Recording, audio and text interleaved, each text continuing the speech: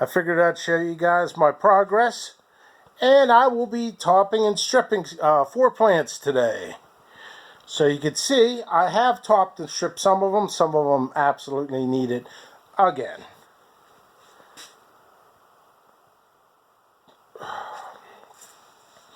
I will be growing on 3 floors, and I'm showing you everything except for my germinating station.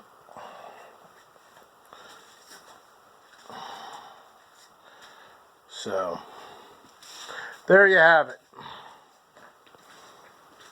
Let's see here.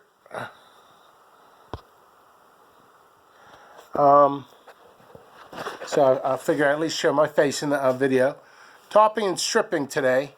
The reason you top and you strip the plants is as the nutrients are sucked up through the roots, it'll go into the sections like the bottom sections, and it'll be stronger plant, sturdier base of the plant, and I'll get into that. So we're going to start right now. So what I have here is 4 plants that are pretty bushy. And one thing I've noticed is when I water them, especially a plant like this, the water hits the leaf, just runs right off. And it's harder to water them this way until I get them into bigger pots. I'm going to be putting these top and strip, and I'm going to do a part 2 video, and it's going to show you the progress, probably within 1 to 2 weeks. So we're going to start off here. This is a really big bushy plant. This is one plant. Sometimes I have a couple.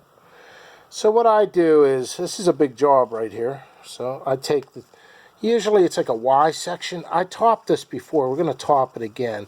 You can see all those branches that came. And it's more of a fuller plant when you top them. Tell you what, this could be a little bit time consuming for the video, so what we're going to do is just, we're going to switch to a different plant. Let's start with this one, the Naga Bubblegum 7 Orange. So here, I always consider it the Y section, because it kind of Y's off here, as you can see. So we're just going to go ahead and snip that right here. A lot of times I use my fingers, but fingers start getting a little bit numb when you're doing a whole bunch of plants. So I'm going to keep some plants for photosynthesis here. See if I could pull back on here a little bit so I'm not so close. And I'm going to get these bottom ones. Okay. And a lot of people don't like doing this stuff because it's like you're really butchering your plant. So what I'm going to do is leave about 4 leaves on this plant, and basically the top ones. So we could probably take this one, and we'll take this one. So this is basically my butchered plant. I topped it and I stripped it. So we're going to come back and we're going to, here's my little sign so we can come back within a week, and maybe I'll put pictures up or I'll do another video of progress. So I'm going to pause the video here, and I'm going to top and strip this, and I'll come right back. Okay, we're back. I just topped and stripped these 4 plants. One thing I love when I do this, it's so much easier to water. I mean, plants like this, you water it, it just goes over the edges. You got to lift it, and when you got a jungle like this, it starts getting complicated. So anyway, I did in fact do this a few days ago. My 7-pot brown. I only did the bottom of it. You can see within a week the stuff's coming back. So that's what your top and strip looks like.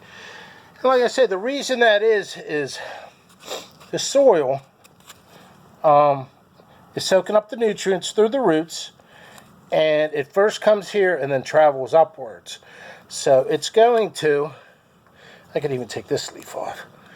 It's going to start giving the nutrients to these knobs here, and all the leaves will be coming out, and you'll get branches, bigger branches. It'll be sturdier here. When you got to harden them off, of course, you should use a fan and appropriate sunlight, give or take, within a day. That's another video within itself. It'll be easier. And then you just have to worry about the sunburn for the leaves. But that's another video. So these have been topped and stripped. And this is from a week ago, and they're starting to come back. I figure since this is right at hand, I'll talk about a subject that's very important to my company, is isolating. I have a whole bunch of isolating bags. I got more. I have more coming in a couple days. And it's a netting like this. I have some other stuff here. I need to organize this better. And put this on me for now. So basically, for the isolating part, is you want to keep the pollen in and you want to keep the other pollen out. That way it doesn't change the genetics of it. But I will make a video on that, say first of spring. And if you're saving seed stock, it's the most responsible thing you can do. Your alternative to using nets is if you're only growing one type and your neighbors are not growing. But we'll get to that in another video. But if there's any questions, go ahead and leave comments and I'll answer them the best I can. And I'll have a part 2 coming up to show you the progress. Thank you very much for watching. This is Jimmy Pickles signing out.